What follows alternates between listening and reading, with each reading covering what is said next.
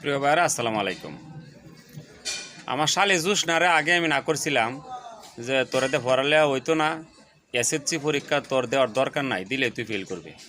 তা আমার কথা শুনলো না, পরীক্ষা দিল। দেওয়ার পরে রেজাল্ট হইল 6 সাবজেক্টে ক্রস, মানে 6 বিষয়ে ফেল করছে। এখন কী করা, এখন ফেল করা ছাত্রী তো বিয়েও দিতে পারতাছি না। এখন আমি সত্য কিছু ভরে বোন জামাই, বুগনিটা তো আমারই, তো আমি আর কি করবো, তার জন্য পাত্র দেখতাছি। তো দেখতে দেখতে এখন কেউই আর বিয়ে করতে রাজি হয় না, কারণ কারো জানো তো শান্তি নাই যে এসএসসি ফেল করা একটা ছাত্রী বিয়ে করব, এই শান্তিটা তো অনেকের শৈল নাই বর্তমানে।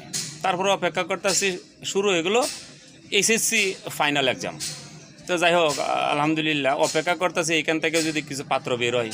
যে কীভাবে পাত্র বেরোবে, যে যারা সারা বছর কবর টবর লইছে না, পড়ালেখা করছে না, বগাটাম সগাটাম করছে, মোবাইল টিপি করছে, এর ভিতরে যে কিছু ফুলাফান আছে ফেল টেল করে, ইয়াদের সাথে আমার ওই যে এসএসসি ফেল শালি জুস না আর ইন্টারমিডিয়েট ফেল একটা যদি পাত্র পাই, এই বিয়ে করাই দিব।